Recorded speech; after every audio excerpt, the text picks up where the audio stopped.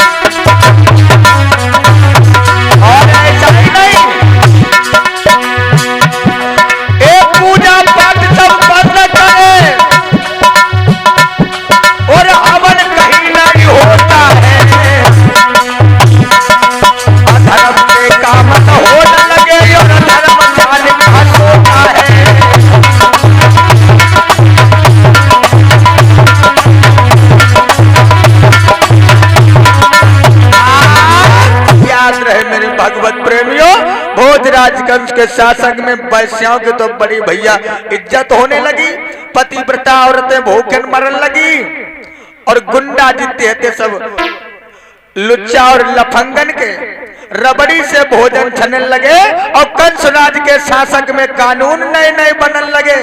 अब तो ये हो गई गुंडा लफंगा रबड़ी के भोजन कर रहे, और जो बेचारे शुद्ध आदमी है रोटी को तरसन लगे। और ऐसा नहीं, कंस ने आदेश लगा दिया मेरा शासन चलेगा, कोई भी साधु महात्मा मिल जाए उसके फौरन जटा छुलवाए डालो, मस्तक पर कोई तिलक नहीं लगाएगा, और घी दूध बाहर नहीं जाएगा। जितनी भी लड़कियां गई घी दूध बेचने के लिए फौरन छीन लो, खा डालो। कोई साधु महात्मा पूजा नहीं करेगा। अरे ये हवन पूजा करना बंद करो, जितना आग में दूध दही गला देते हो तो खाओ, अपनी हड्डियां मजबूत करो। मंदिरों की इज्जत बेइज्जत मंदिरों को कर दिया, और ऐसा ही नहीं कैसे कैसे काम हो रहे।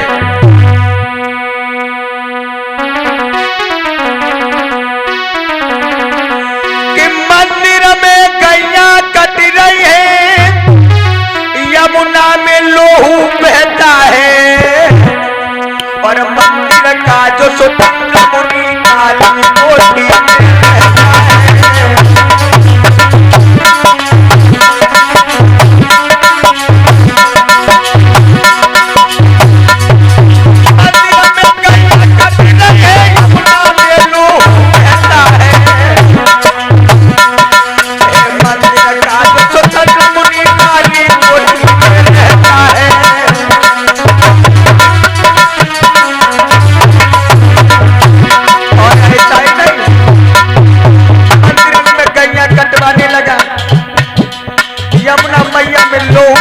इतना अत्याचार कर रहा है।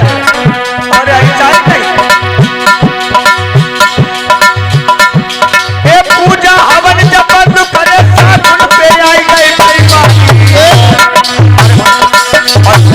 को अपमान भाव करता पे चली गई।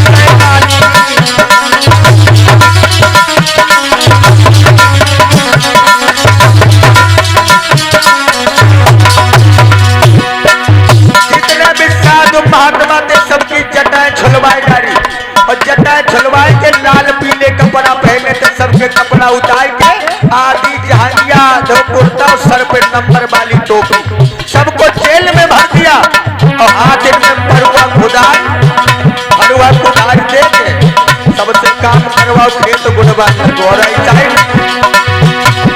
सब देश के राजा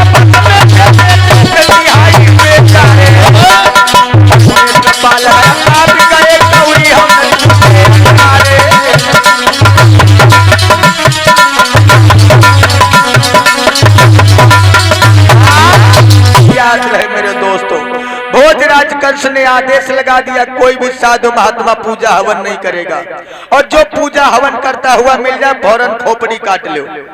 लंबे तिलक नहीं कोई लगाएगा, मंदिरों में कोई पूजा करने नहीं जाएगा, मंदिरों में ताला लगा दो और मंदिरों में गैया कटवा दो और जो खून निकले सब यमुना में बहा दो।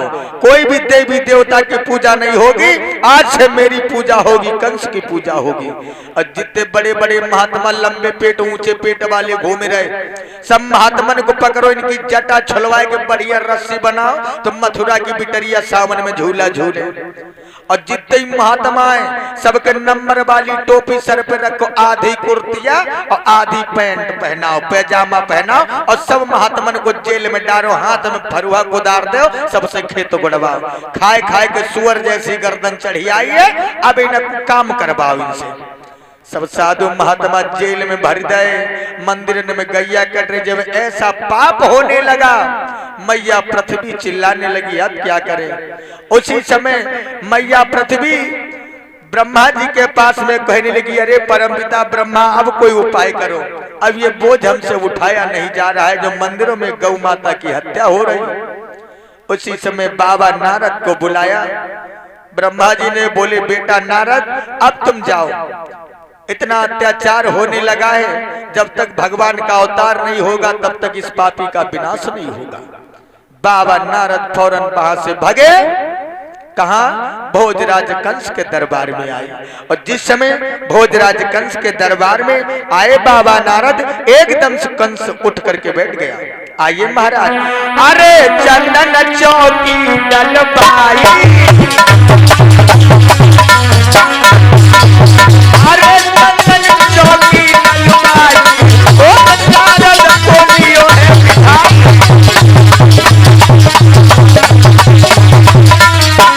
आइए महाराज, आसन ग्रहण करिए, बहुत दिन में आए हो। भुजा पकड़ के सीधो नारद की और आसन पे लाओ, अरे पैर पकड़ के बोलने लाओ, बाबा मैया भरे तुम्हारा।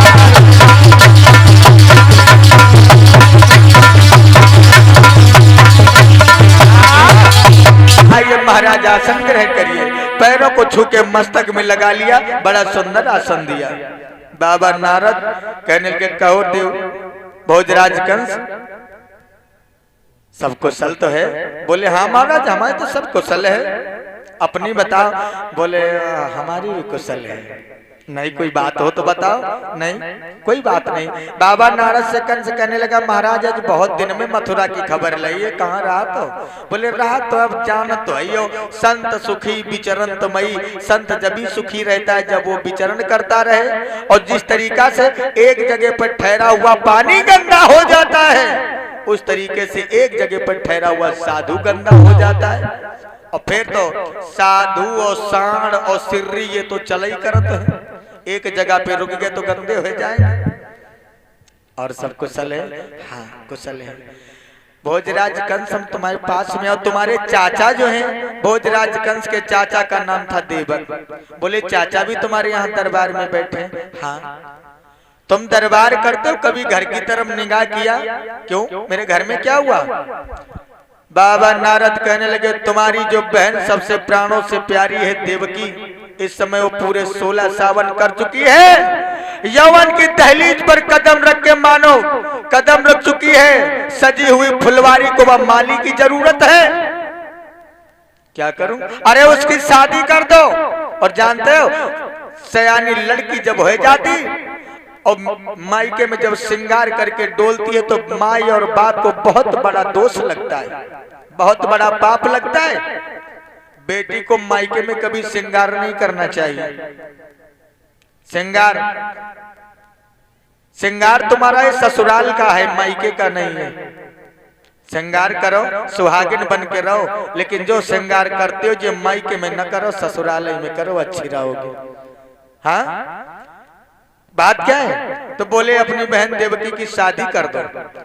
भोजराज कंस कहने लगा, भगवान शादी करूं तो तुम्हारी निगाह में कोई लड़का है? बोले लड़का तो तुम्हारे घर में, तुम ढूंढने कहाँ जाओगे? मैं समझा नहीं।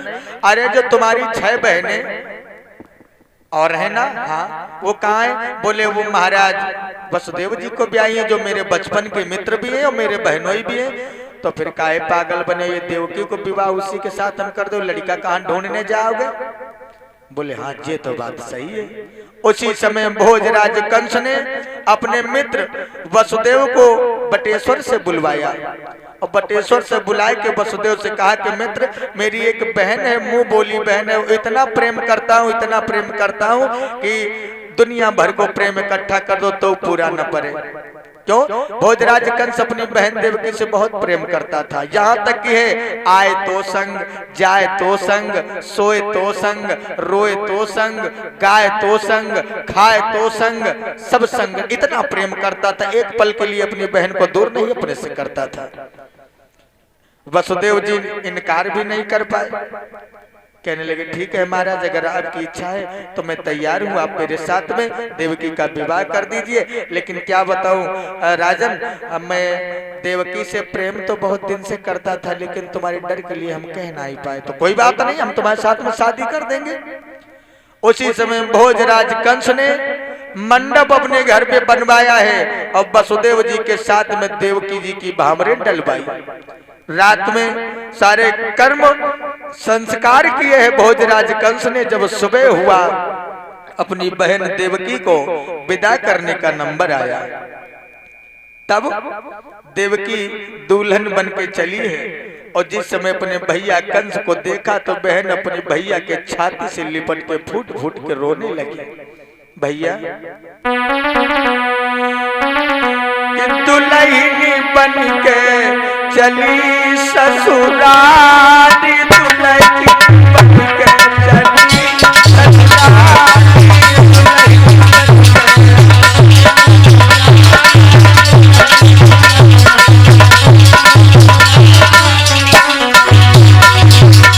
दुल्हनी बन के चली है ससुराली, दुल्हनी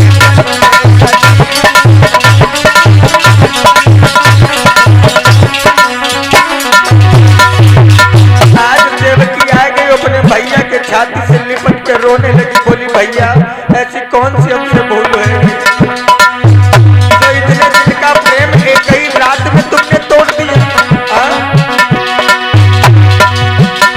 ओ भैया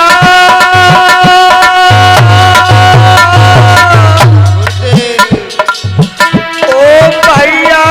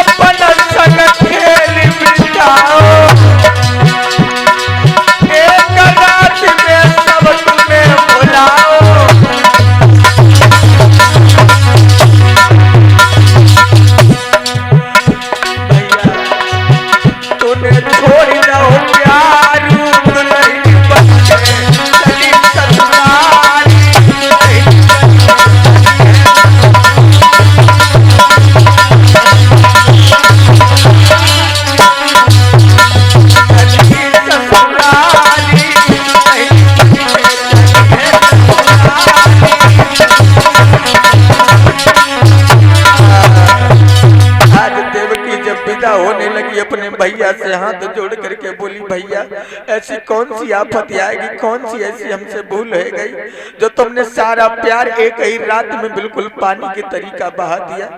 इतना प्रेम करते थे और तुम आज इतने निर्मोही होकर के मुझे दूसरे के घर भेज रहे हो। कौन सी ऐसी गलती हो गई थी, कम से कम एक बार बताया तो होता।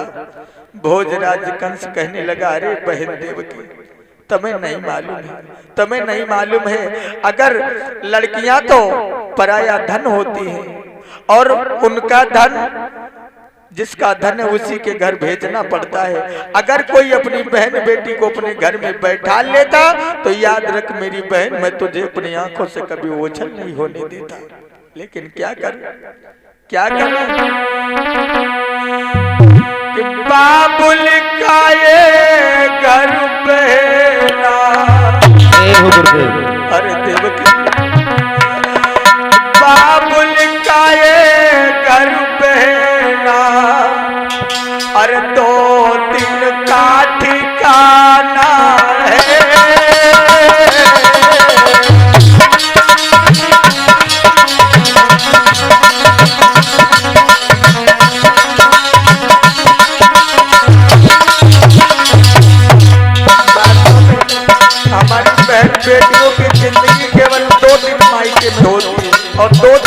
ससुराल में 4 दिन की जिंदगी होती। पहला दिन जब घर में लड़की का बहन बेटी का जन्म होता है, दूसरा दिन जब उसका विवाह होता है, तीसरा दिन उसके ससुराल में पड़ेगा जब उसके द्वारा कोई संतान जन्म लेगी, और चौथा दिन तब होता है जब इधर से डोली पे गई उधर आरती पे चल के गंगा की तरफ जाए। बाप का ये घर बहना 2 दिन का ठिकाना है।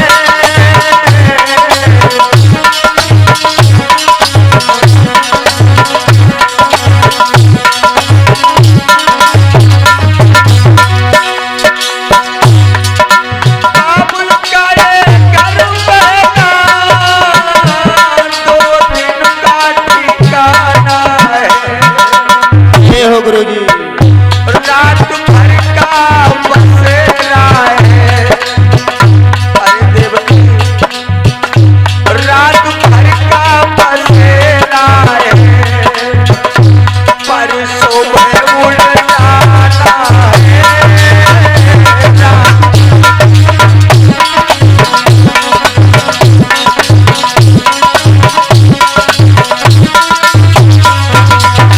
और कंस बोला रे बहन देवकी,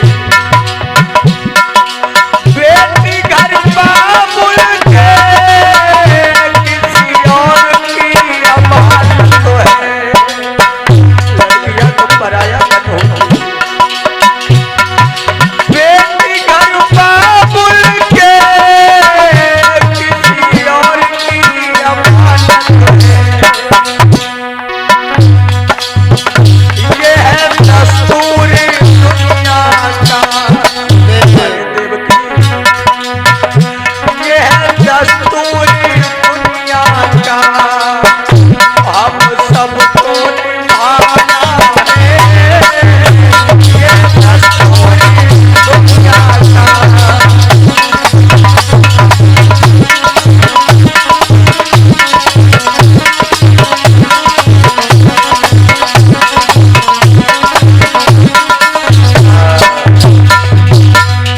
भोजराज कंस कहने लगा, रे बहन देवकी, बहन बेटी किसी की हो, केवल जिंदगी उसकी 2 दिन मायके में होती और 2 दिन ससुराल में होती है। इसलिए बहन देवकी याद रहे, एक न एक दिन तो तुम्हें ससुराल जाना ही पड़ेगा। बेकार में रो रही हो, और आप परेशान मत हो, परेशान मत हो। अरे तुम क्यों इतना रो रही हो? अरे ये तेरा भैया कंस, ए भैया तेरा कंस तेरी पल पल की खबर लेता रहेगा, पल पल की खबर लेता रहेगा। और ऐसा ही नहीं, हर हफ्ते तेरी खबर लेने आऊंगा, हर हफ्ते आऊंगा। और बोली देवकी बोली, भैया एक बात पूछूं? हाँ। गाय को बैठे दई विदेश ओ भैया, एक बात का मुझे जवाब दे दे। और वास्तव में लोगों जब अपनी बहन बेटी हो या पराई बहन बेटी हो, जब वो घर से विदा होती तो ऐसा महसूस होता है कि मानो छाती फटती है, छाती। अगर कोई निर्दयी आदमी हो, भले उसकी आंख में आंसू ना आए, लेकिन बहन बेटी अपनी हो या पराई, जब वो दहलीज से कदम को बाहर निकालती है और रोती है तो मानो छाती जैसी फटती है। और बेटी बोली, भैया गाय को भेजो ओ भैया।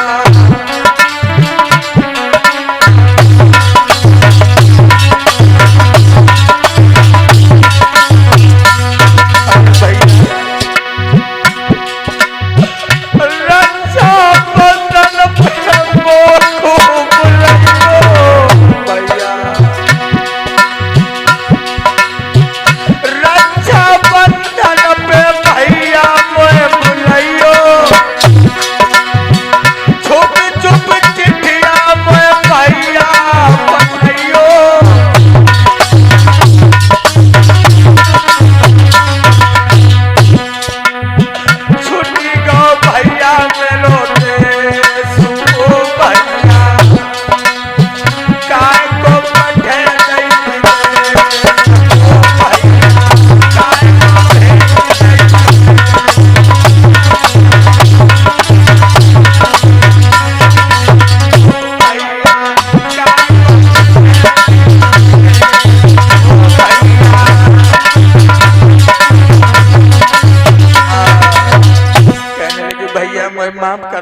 रक्षाबंधन के दिन मेरे घरे जरूर रहिए।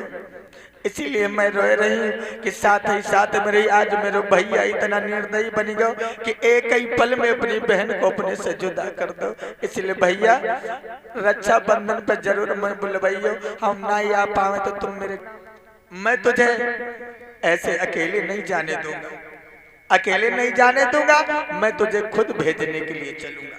आज भोजराज कंस अपने रथ पे सवार हो गया, अपनी बहन देवकी को रथ में बैठाला है, लेकिन ये नहीं बहन देवकी को मालूम है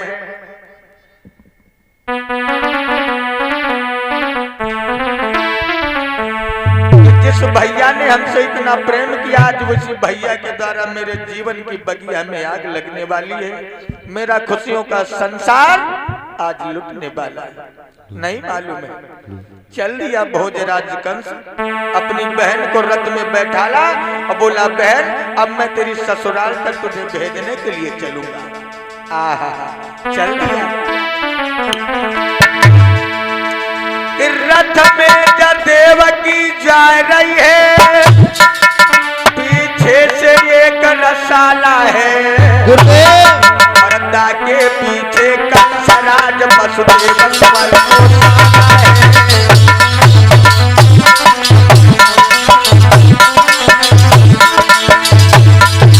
रथ में जब देवकी जा रही है, पीछे से एक रसाला है, और दा के पीछे कंसराज वसुदेव स्वर को साला है।